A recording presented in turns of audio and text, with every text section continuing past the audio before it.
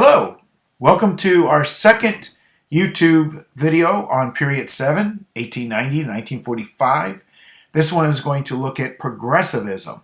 We're going to discuss how it came about, what it is, what it still is, and we're going to focus on two presidents, Theodore Roosevelt and Woodrow Wilson. Also, much of what I'm talking about comes from a book, A Fierce Discontent. It's a very important book in the sense for us in AP US history because oftentimes they quote this book on our exam. So I'll use some of the information from this particular novel. So let's go ahead and get into our study, but let's start by looking backwards. All right, so the 1800s, the late 1800s, predominantly from the 1870s on, we call that the rise of industrialism, the Gilded Age period. Your Rockefellers, your Andrew Carnegies, they were the real leaders of the world.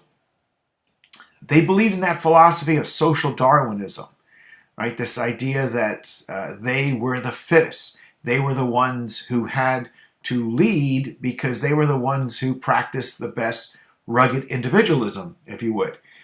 Carnegie, in his article, The Gospel of Wealth in 1889, summed it up this idea of individualism, that it's the foundation of the human race. He goes on to say that the leaders who do the new things are the ones that count. All these have been individualistic to a degree beyond ordinary men, right? And worked in perfect freedom. So in other words, when he says perfect freedom, here's your laissez-faire. No government involvement, no government help. People should work hard on their own. And since men like Carnegie were better at that, they rose to the top. They became the leaders. They were the ones that were the most gifted beyond those of their like and became the leaders in America. And that's the philosophy of politics and society throughout the late 1800s. But we can overlap that. Even during this time period, there were growing concerns about society. There were people, for instance, that worried about how we treated immigrants. There were people who worried about our monetary policy, child labor. They worried about that politics and political bosses in cities were getting too powerful and becoming too corrupt. And they were starting to look for social change even in this time period. For instance, you might remember Jane Addams. Now, she wrote a book, The Newer Ideas of Peace. But notice what she says in here. The American conception of patriotism has moved, so to speak, from the New England village. Now, when she makes that reference to the New England village, think of what she's thinking about. She's talking about America's past. How did we come from a New England village? Well, go back to what we studied. Again, here's a little bit review for you. Think colonial America. Think the New England area. What group of people were the founders of New England, of Boston and Massachusetts? Think. Some of you probably are knowing it already. The Puritans. Yes, and some of you are going, oh, yeah, that's right. I'd have said the Puritans eventually. Not really, but okay. So we say, come from the New England village. How about specifically a city upon a hill? Does that sound familiar to us, right? Jonathan Winthrop. And it's interesting to go back to that because as you see here, she says we've come from this New England village into the huge cosmopolitan cities. We find ourselves bewildered by the change and have not only failed to make the adjustment, but the very effort in that direction is looked upon with deep suspicion by their village neighbors. Unless our conception of patriotism is progressive or more liberal, we cannot hope to embody the real affections and the real interests of the nation. You remember Jane Addams is famous for, in the late 1800s, starting the settlement homes, helping immigrants to assimilate better into America. She's right at that cusp of a progressive liberal movement, and in her thinking, America is more of a collective good. Remember Jonathan Winthrop talked about we had to suffer together, mourn together, labor together, in order to be that city upon the hill. So we have to work together in a collective, not as rugged individuals. And then this is why she's saying that we're failing to make that adjustment. Because during the Gilded Age, people became more about the individual. and not about the good of the whole, helping all of society. And here's how you get your contrast now between what people were believing in the late 19th century, society-wise, and how this movement is going to try and change our thinking to more of a collective good, more of all of us working together and helping each other, our fellow American.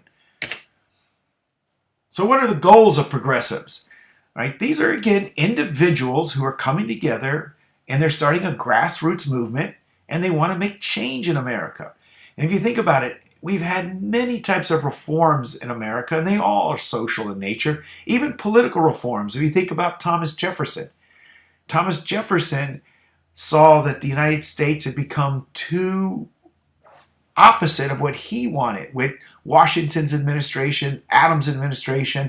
Of course, you sprinkle Alexander Hamilton on top of that, and he has his Revolution of 1800, where he is trying to bring back the country to what he believes more agrarian type principles and more strict construction, more hands-off government.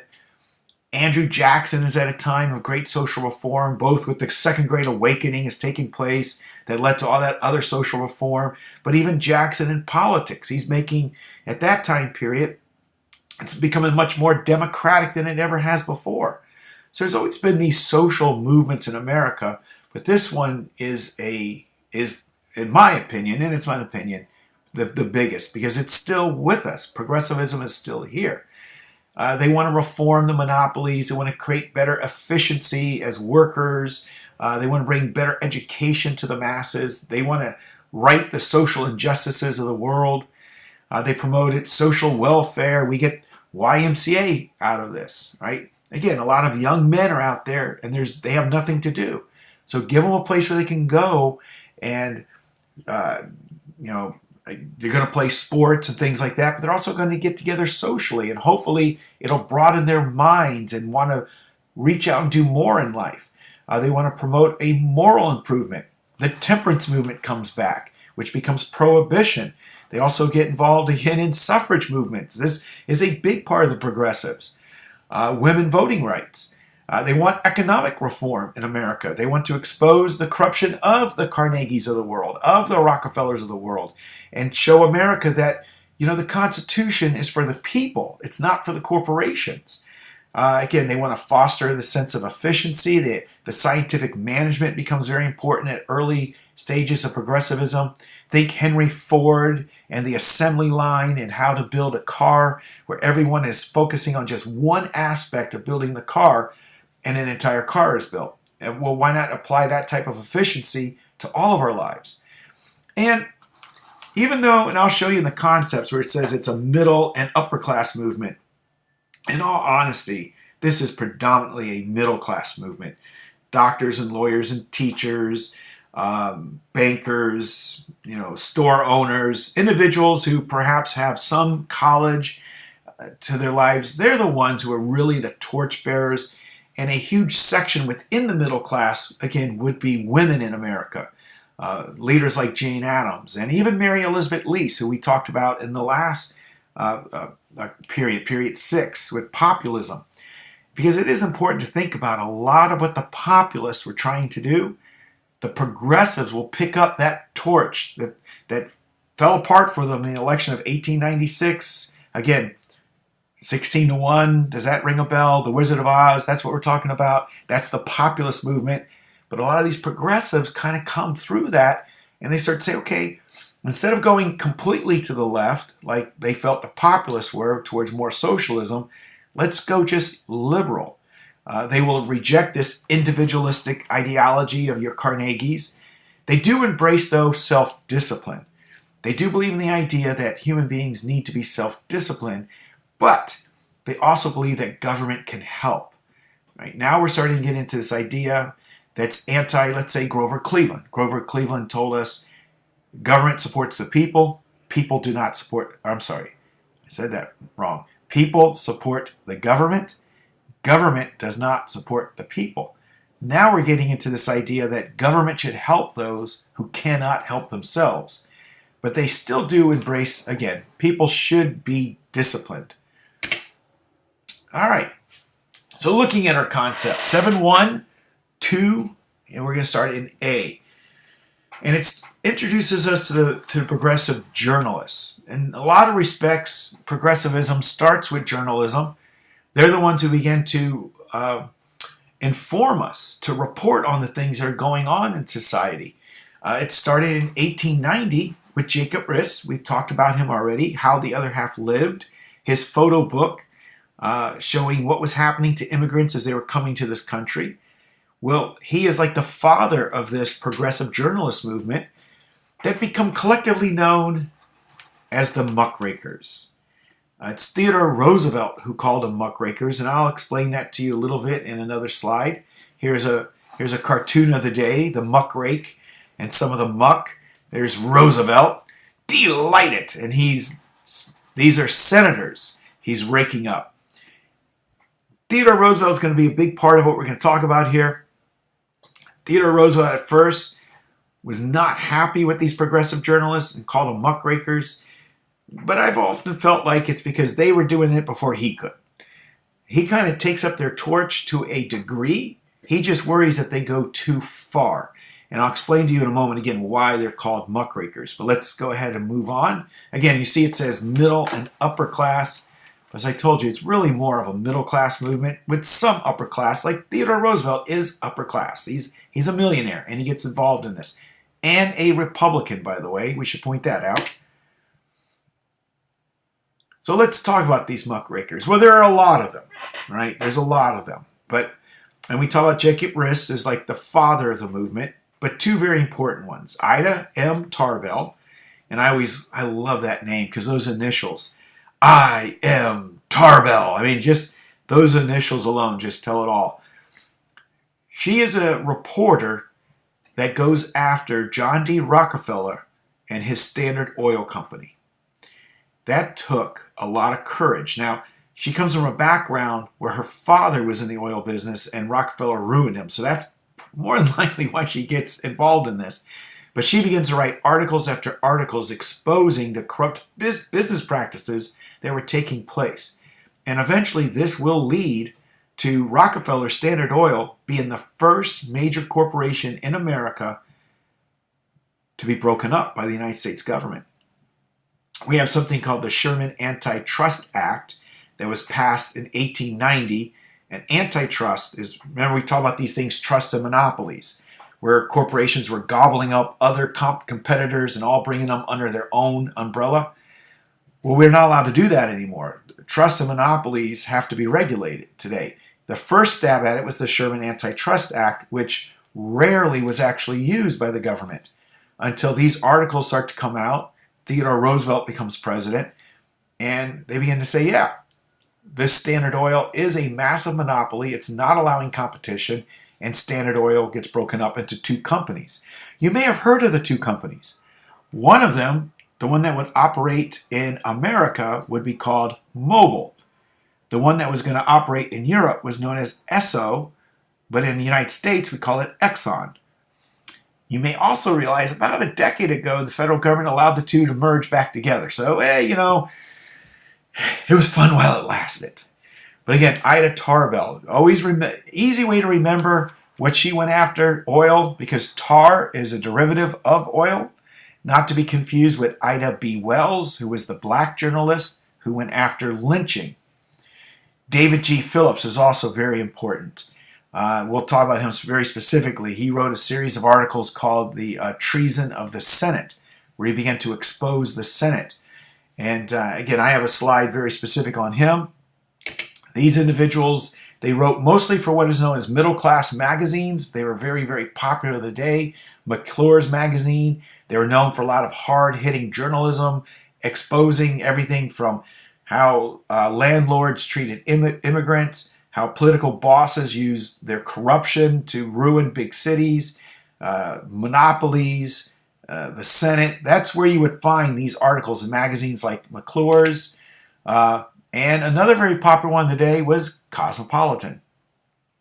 And I always find this funny that Cosmopolitan starts off as this very hard-hitting journalist, investigative reporting thing. And not so much today. Not so much today. I am just so sad. Ashley Tyndall, huh? I think some of you know who she is. Well, let's get out of that. Let's go right to David G. Phillips. Here's The Treason of the Senate in 1906. Here's just an excerpt where he says, the Senate is in fact the final arbiter of the sharing of prosperity. They have the final say in who in this country is rich or not, basically. The law it permits or compels, the laws that it refuses to permit. So in other words, the Senate creates law, it compels, it forces law on us, or sometimes it refuses to even have certain laws. They also become the interpreter of laws it permits to be appointed. These factors determine whether the great forces which modern concentration has produced shall operate to distribute prosperity, wealth, equally, or with shameful inequality and cruel destructive injustice. He's calling out the Senate. Now again, I'm going to give you a few moments to think about this. Do you remember what I've been telling you since George Washington is president? Up until now, we have Theodore Roosevelt's president. How did people become senators? How did men become United States senators? Some of you are already probably writing it down in your notes. Others are staring at this blank thing. You're thinking, what is he talking about? What's wrong with Mr. Leonard? Senators were appointed. They were not elected. They were appointed by their state governments. And then we were talking during the Gilded Age about political bosses, how they come to control cities. And then eventually they became to control the state legislation. And once you control the state legislation, in a lot of states, you can decide who would be your senator. In fact, some political bosses made themselves senators. And I love this cartoon, The Bosses of the Senate. It says, this is a Senate by the of the monopoly, by the monopoly, for the monopoly. Does that sound familiar? This is a Senate of the monopolists, by the monopolists, for the monopolists. To play on the words of Abraham Lincoln's Gettysburg Address. Government of the people, by the people, for the people. It's no longer for the people, is what this cartoon's trying to tell you. It's for the monopoly. And these giant money bags, right? These political bosses and monopolists are giant money bags. You have coal industry, Standard Oil, copper industry, steel industry, a nail industry, sugar industries. And here's the tiny little Senate. They're trying to make laws, but they realize these are the real bosses of the Senate. It says, the people's entrance, closed and it's padlocked. It's really trying to explain to you that the United States Senate no longer has your best interest or my best interest at heart. This is what made Theodore Roosevelt upset. I'm going to quote to you again from A Fierce Discontent on page 175. It says, Theodore Roosevelt feared the consequences of a series of these articles known as The Treason of the Senate by David Phillips. Trying as always to mediate the opposing forces of American society, the president believed that attacks on corporations and government risked going too far. Roosevelt did believe, and we're going to get into this, Roosevelt did believe you had to regulate what he called a bad trust. But this sort of article he feared made Americans dislike all big business, that all big business was evil. Roosevelt didn't believe that necessarily. He believed in good trust and bad trust. He feared this was going too far. These articles from David Phillips. In fact, he makes a public address in April. He gives a speech where he tries to restrain the progressive journalists. He called them, there's an old story from a book called Pilgrim's Progress, The Man with the Muckrake. And Roosevelt quotes that, where he says, the man who could look no way but downward with the muckrake in his hand, who was offered a celestial crown for his muckrake, but who would neither look up nor regard the crown he was offered, but continued to rake to himself the filth of the floor. Muck. Muck is something that's usually at the bottom of a lake. It's the filth, it's the dirt, it's the slimy thing there. And you've got a rake, and all you're doing is you're trying to rake up all that filthy dirt, and that's all you're doing. You don't look up. is he says to look at the celestial crown. You don't want to look up and see there are some good things in the country. Why don't you ever report on some of the good things in the country? You only want to report on the bad. And that's where Roosevelt felt this went too far. Yes, you've got to regulate industry, but to a degree. Roosevelt wasn't full on regulation, just where it was appropriate. David Phillips, by the way, should be noted that David Phillips will be shot dead on the streets of New York City. And to this day, there's controversy about it. The man who shoots him. There are people who believe it was an assassination for these particular articles. And again, I'm not going to get in all into that because I don't want to make this PowerPoint go for an hour and a half. But yeah, David Phillips will be shot dead shortly after this series of articles came up. Shows you just how difficult it could be to be a reporter who's willing to expose people for doing the wrong things. All right, so again, stay in our key concepts. Again, remember, progressivism is a movement, and people are joining the movement mostly for the middle class. Well, what do they want? That both on a national level, progressives seek federal laws. Federal legislation means federal laws. They want to get the federal government to pass certain laws. To do what? Well, to regulate the economy, to expand democracy, to generate moral reform. Notice I have ... because there's more of this concept in another slide. Both parties, Democrats and Republicans, had progressive elements within them. Well, what are some of these laws? Well, direct primary elections. That's what we have today. You know, when men run for president of the United States, or women, men and women today run for president of the United States, it's not like it was in the day. Now there's a primary season where they start a year ahead of time and they go from state to state to state giving speeches and campaign promises, and the state votes. Yes, I would like this person for my political party to run for president of the United States the following year. Instead of just having one convention where only really the political bosses come, you are never allowed to be there, and you don't have any say. The primary election allows you now to have a voice to decide who, in fact, will run for president in your party. Again, aimed to undercut the political bosses. Referendums. This idea of this is more local. Your city can't just raise taxes to do something. You have to have a referendum. You have to put out a vote. We want to raise taxes to build a new football stadium. Do you want us to do this? Yes or no? That's a referendum. And you are allowed now to vote yes or no, even on your local agendas.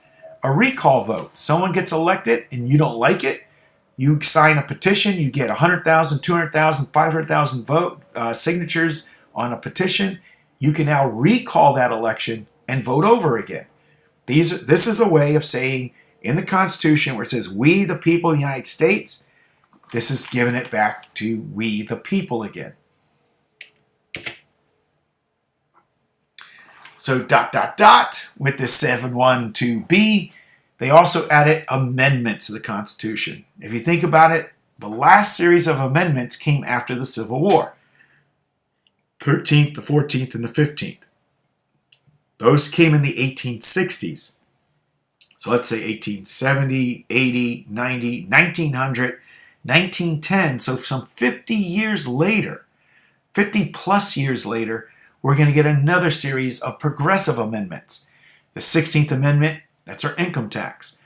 We finally get a 17th Amendment where now you're allowed to elect your state senator. Of course, the 18th Amendment, the stupidest amendment in the history of law, prohibition. We'll talk about that later when we get to Roaring Twenties. And we finally get a 19th Amendment, women's suffrage, women's right to vote, which I'm going to do something in class specifically on that one. All right, let's look at Roosevelt. Delate! Bully! I don't know if you know this or not. If you've ever seen any old movies from the 20s and 30s and 40s, and I'm sure you're all running out to go watch those movies, or have ever heard anyone impersonate Theodore Roosevelt or Franklin Roosevelt, they have a very unique accent. And you see it a lot in the movies of the day. The way they would talk at a certain type of pitch and pace and pronunciation of their words. You know, Franklin Roosevelt with his famous, the only thing we have to fear is fear itself. That was known as the transatlantic accent, which is a fake accent. It's an accent that rich people in parts of New York, Pennsylvania, Ohio, even upstate Massachusetts, they wanted to sound different than the regular people, so he invented this accent. The Roosevelts were masters at it. That's why, I like to make fun of it a lot.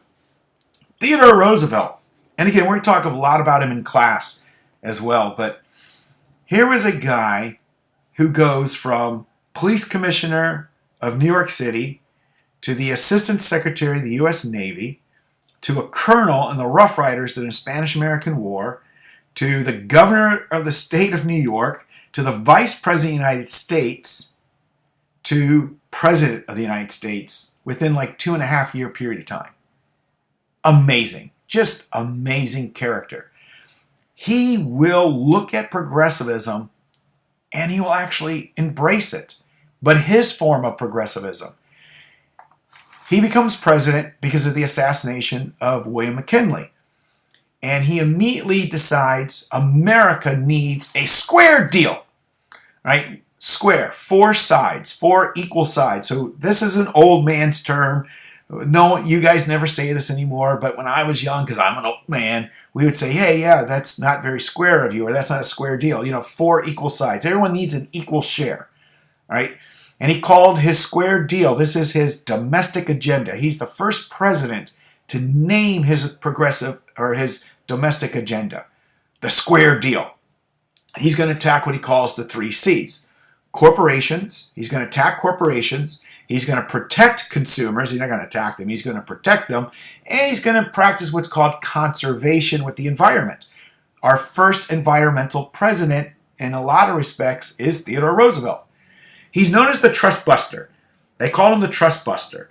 He really never busts up any trust or, monopolies. He, in fact, believed more in regulation of the trust.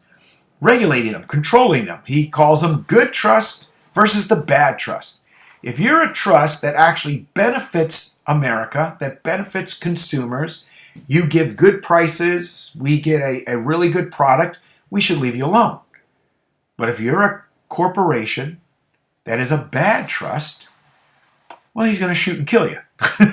He feels like, now I have to regulate you. I have to go after you. The Northern Securities, that was J.P. Morgan's company he went after. He went after Standard Oil. All in all, it's 44 trusts that he will regulate, not bust up necessarily, but regulate. How far does he go with his progressivism? Coal miners go on strike in 1902. And you might think, okay, coal miners. But remember, this is a world that depended on coal for everything. They went on strike in late summer, early autumn, and it continued. The owners of the coal miners would not give them a raise. They wanted better working conditions, shorter hours, and I believe it was close to a 10% raise. The owners wouldn't do it. Winter is coming. This country desperately needs coal to keep warm. Theodore Roosevelt becomes the first president to start to get involved in these sorts of things. He first calls a meeting with the owners of the mines. They will not come because they say, you work for us, we don't work for you. Well, you don't tell that to Theodore Roosevelt. He threatens to federalize these mines. In other words, take it away from your private ownership and make all coal mines in America part of the federal government. And when I do that, you won't own property anymore, and these workers will be federal employees. That got him to Washington. Roosevelt now begins to negotiate for the workers. He's our first president to take the side of workers.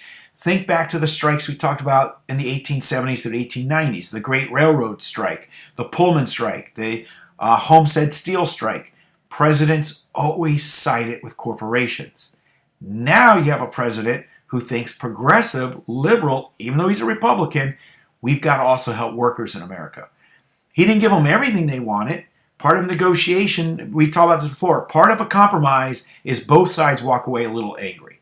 So they got a little raise, some better working conditions, right? And both sides got, something out of that. But again, that's so important to think about. Roosevelt took the side of labor. he was also very concerned what you and I ate. Upton Sinclair writes a famous book called The Jungle. It's all about the meatpacking industry, how terrible it is. You could be eating a hamburger and you've got Bob's arm in his hand in your hamburger. And you're thinking, wow, this is salty. Oh, it's Bob's arm I'm eating. This is bad. Now, Upton Sinclair, when he wrote the book, he wanted us to feel bad about the workers. But when we read the book, we were all bad about, we're eating Bob's arm. So the story, and it's one of those, more legends than it probably is fact, but Roosevelt was an avid reader. He could read, several books in a day. He taught himself to speed read, for crying out loud. Yes, he taught himself to speed read. That's the kind of president he is. He's reading all day long. It's said that he's reading The Jungle while eating breakfast. He gets so disgusted, he picks up his breakfast plate and he threw the food out the window. Probably more than likely never happened, but that became a famous story. But that book motivated him to get Congress to pass the Meat Inspection Act. Government now has to put a seal of approval on meat that's being sold to the public.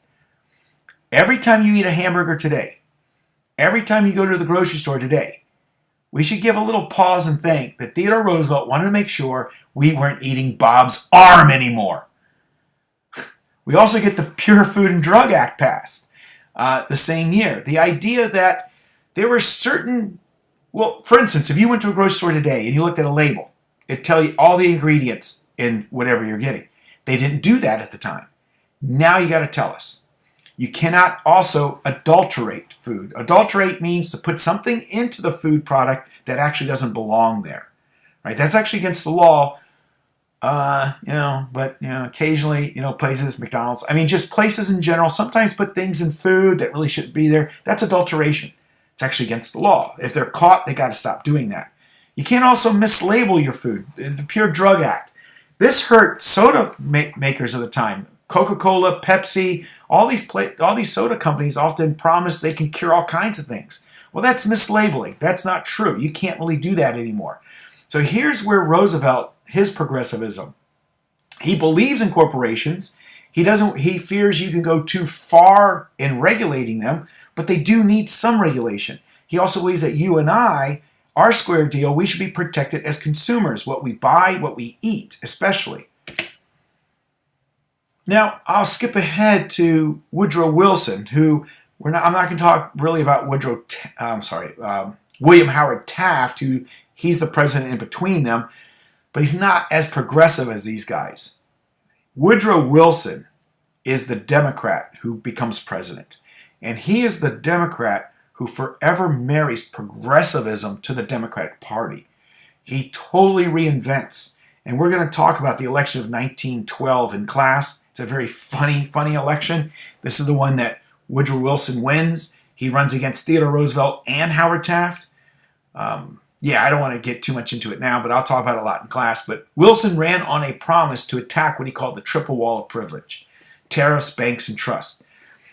Where Roosevelt feared you'd go too far with regulation, Woodrow Wilson he felt we didn't regulate enough. We had to have complete regulation on trust. While he's president, we get the Clayton Antitrust Act of 1913, which is the one that's in power today. This replaced the Sherman Antitrust Act that I talked about earlier in this lesson. And that's important. The Clayton Antitrust Act looks at every business practice that a company does. If it smells like a monopoly, if it smells like it's doing something wrong, this is the law that goes after you. In the 1990s, Bill Gates came under suspicion of the Clayton Antitrust Act with his Microsoft companies. Even today, we have corporations that from time to time, the government's supposed to look at, for instance, when they're all merging. All these companies start to merge today. They're supposed to apply the Clayton Antitrust Act to make sure they're not going to do something to create monopoly that hurts us, the consumer. He will lower the tariffs. We get the Underwood Tariff Act. This is why we get the 16th Amendment, by the way. The federal government loses money by lowering tariffs. Well, they got it back by taxing our paychecks. Thank you guys so much. The Federal Reserve Act, again, something I might take a little bit more time in class to talk about. This is where your money comes from today. You remember Alexander Hamilton gave us the Bank of the United States. Then James Madison refused to renew that bank and it went away. Then James Madison fought the War of 1812, realized, woo, I needed a bank. So we got the second bank in 1816 that then Andrew Jackson decided to destroy. And then we went through this whole period where there really isn't a bank system in America. Abraham Lincoln gave us the National Banking Act that allowed banks to collude, but there really isn't any centralized bank, and that allowed J.P. Morgan to become the banker. Woodrow Wilson said, we ain't having no more J.P. Morgans. We're going to go back to this idea of a national bank, but it's going to be 13 banks. The Federal Reserve is a series of 13 banks, with the 13th bank in Washington, D.C. There's a board of directors that the government oversees. Congress oversees this. Here now banks and government start to come together. The President of the United States appoints the director of the Federal Reserve Act now. So they answer directly to the president. They must also appear before Congress every so often to explain what they're doing with the economy. So the government now has a bigger control over the economy and banks in the United States. Federal Reserve Act is a very, very important part of our lives, and yet we go about our lives without realizing what it is or what it does. You don't have money in your pocket if you have dollar bills. You have what's called Federal Reserve notes. All right. We don't own the paper that's in our wallets. We own the value that it says it is. And we'll talk, again, we're going to talk a lot about currency in class, even especially up to FDR and what he does as well. Get back to the concept 712C, preservationist, conservationist. A preservationist is someone who looks at land and they want to preserve it. Never use it. It's got to be preserved, always the way it is. The conservationist, which is what Theodore Roosevelt is, yes, we have to preserve some land, conserve others.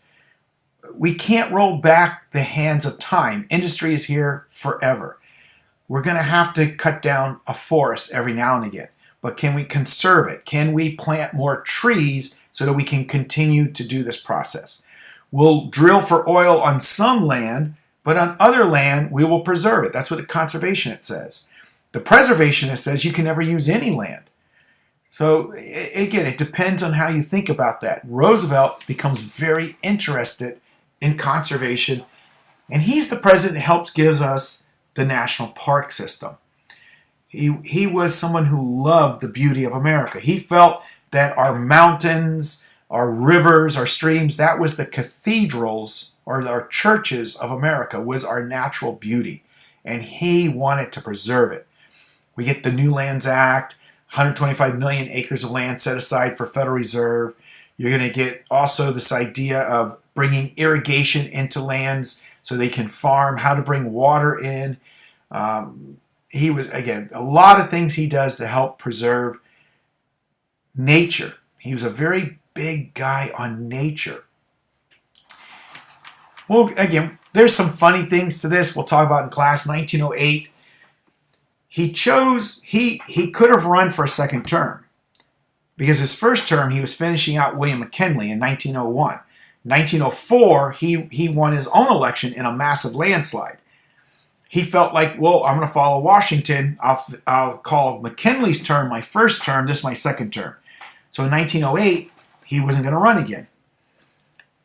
He picked his best friend, William Howard Taft, to succeed him. And that turned into a nightmare. First of all, Theodore Roosevelt realized he really loved being president. And even though he promised America he'd never run again, in 1912, he will in fact run again. And then William Howard Taft turned out not to be very progressive at all. He's a Republican who's more conservative, although he did regulate more trust. Roosevelt was called the Trust Buster 44. Taft regulated close to 98, almost 100 industries were regulated under Taft. But there were a lot of other things that were very conservative. He raised tariffs in America. He raised tariffs because that's what the Republican Party wanted. He also allowed for the land that was set aside for conservation to be sold to corporations. You have the famous Ballinger-Pinchot controversy. Pinchot was the head of the National Forestry, the Forest Division.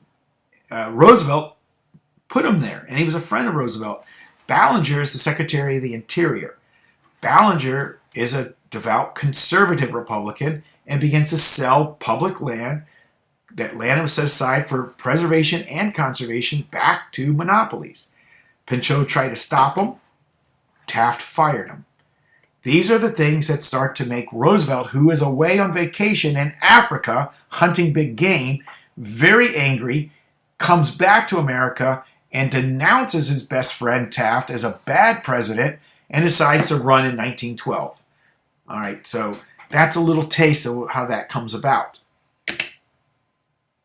And we're going to end it here with 712D. These liberals, these progressives, were not united on everything. They were divided over some issues. For instance, Southern segregation. Or as the book, again, A Fierce Discontent, calls it the shield of segregation. They weren't sure what to do. Some tried to ignore it even was there. Others felt it was a protection. It allowed for black labor in the South, and it did allow for black voting rights in the South. So some liberals felt, let's not stop segregation. Other liberals thought, no, we should get involved and stop it. So the progressives were never unified when it came to segregation. Some thought it protected society. Some were afraid that if you tried to stop segregation, there'd be too much race rights in America. So they were never unified on that one particular thought. They did advocate expanding popular participation in government, especially for African Americans. They called on a greater reliance on professional and technical experts to make government more efficient. But they also disagreed about immigration restrictions. Again, we've been talking about immigration for a long time. That has been a problem in America because, on one hand, immigration is what America is. We are built on immigration. But from time to time, issues come up in society and people start to wonder, should we have unlimited immigration? And this divided the progressives as well during this time period. Well, that's it for me. I'm going to go ahead and close. Hopefully this isn't too long for you, and you're going to have a few extra days to watch this. All right, see everybody in class.